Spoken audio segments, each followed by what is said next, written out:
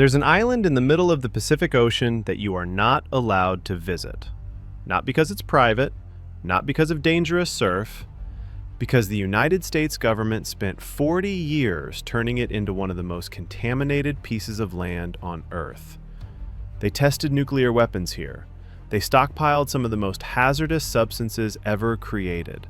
They scattered radioactive material across it when a rocket failed on launch. And then they walked away and let the story fade. This is Johnston Atoll, and by the end of this video, you'll understand why they still don't let anyone set foot on it. First, you need to understand just how far away this place is. Look at a map of the Pacific. Find Hawaii. Now go about 800 miles southwest, into nothing. No shipping lanes, no neighboring islands, just open ocean in every direction for hundreds of miles. Johnston Atoll is one of the most isolated spots on the entire planet, and it's tiny. The whole thing is barely 1 square mile. Getting there by boat takes days. There's a runway, but it's been closed since 2004. Officially, nobody lives there. 0 residents. But here's what makes this place so strange. It wasn't always this size.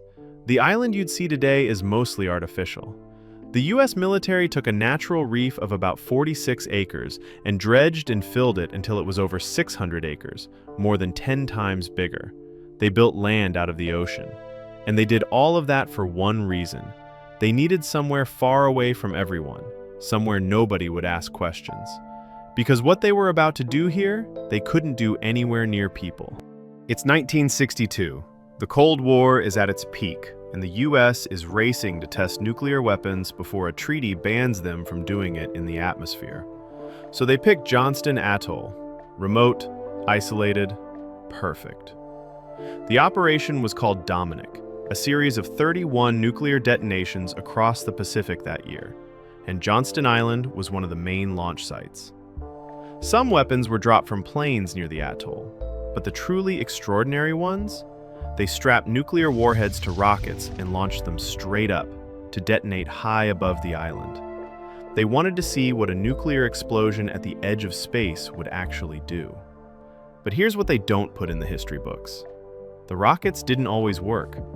On one launch, a Thor rocket carrying a nuclear warhead lifted off and malfunctioned. It had to be destroyed right there near the launch pad. And when it was, it didn't set off a nuclear blast. It did something that lingered far longer.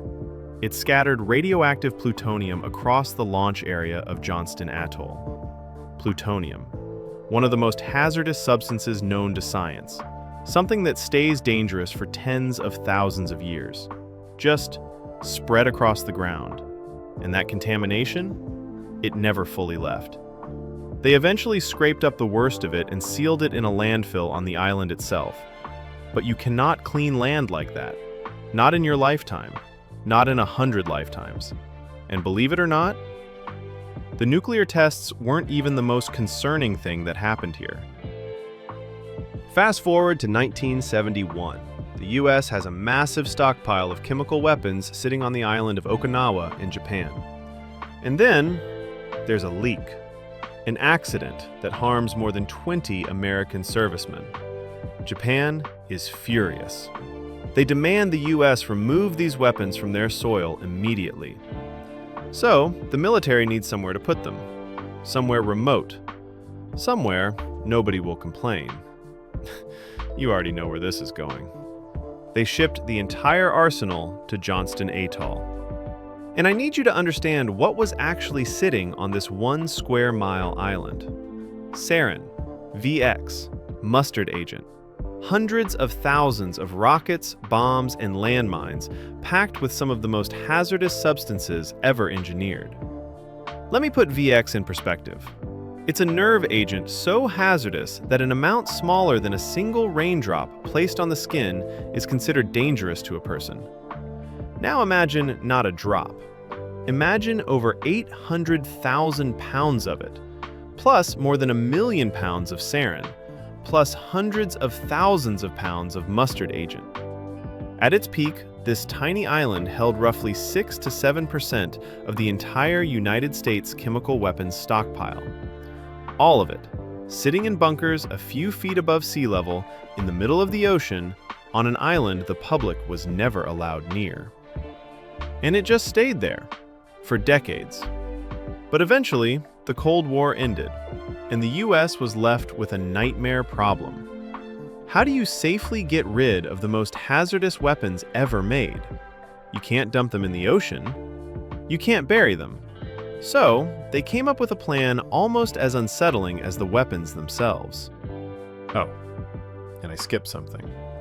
Because while all of this was happening, the island had also become a dumping ground for something else.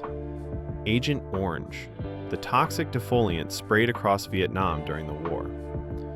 When the US needed to store its leftover barrels, they shipped tens of thousands of them to, you guessed it, Johnston Atoll. And those barrels leaked into the soil, into the water, adding dioxin, one of the most toxic chemicals ever studied, to an island already saturated with contamination. So now picture the full inventory. Radioactive plutonium, nerve agents, mustard agent, Agent Orange, all on 1 square mile of artificial land in the middle of nowhere.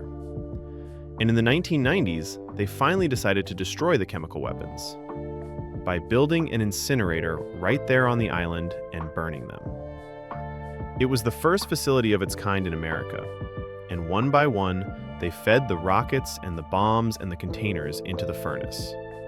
More than 400,000 chemical munitions, around 2,000 tons of nerve and blister agent, processed on site over the span of years. Officially, it happened without a single major accident. And in 2000, they destroyed the very last item in the stockpile. They even baked a cake to mark the moment. A cake to celebrate the end of one of the most dangerous cleanup jobs on Earth. And then they just left. In 2001, the last soldier sailed away from Johnston Atoll. They dismantled the buildings, they took apart the incinerator, they pulled up the infrastructure, and by 2004, they closed the runway and effectively erased the base off the map. An island that had held nuclear fire and the most hazardous weapons ever made, abandoned, handed over, left to the ocean. But you can't simply walk away from what you've done to a place like this. The plutonium is still sealed there. Traces of the chemical legacy still linger in the soil and the reef. This is why, to this day, Johnston Atoll is closed to the public. You cannot visit, you cannot land. It sits out there in the Pacific, quietly holding on to everything that was done to it. But here's the part nobody expects. The part that makes this island genuinely one of the strangest places on Earth. Nature came back. Johnston Atoll is now a national wildlife refuge, and today, that contaminated, blasted, radioactive island is home to hundreds of thousands of seabirds, some of the largest nesting colonies in the entire Pacific. The reefs around it, cut off from humans for decades, are teeming with life. The very isolation that once made it perfect for weapons testing has now turned it into a sanctuary, one of the few places on the planet almost no human ever touches. So that's the truth about America's Forbidden Island, a place we tested nuclear weapons around, filled with the most hazardous substances ever made, tried to clean, then abandoned, and the ocean took it back anyway. It's still out there right now, 800 miles from anywhere, closed to the world, covered in birds, keeping its secrets, and most people have no idea it even exists.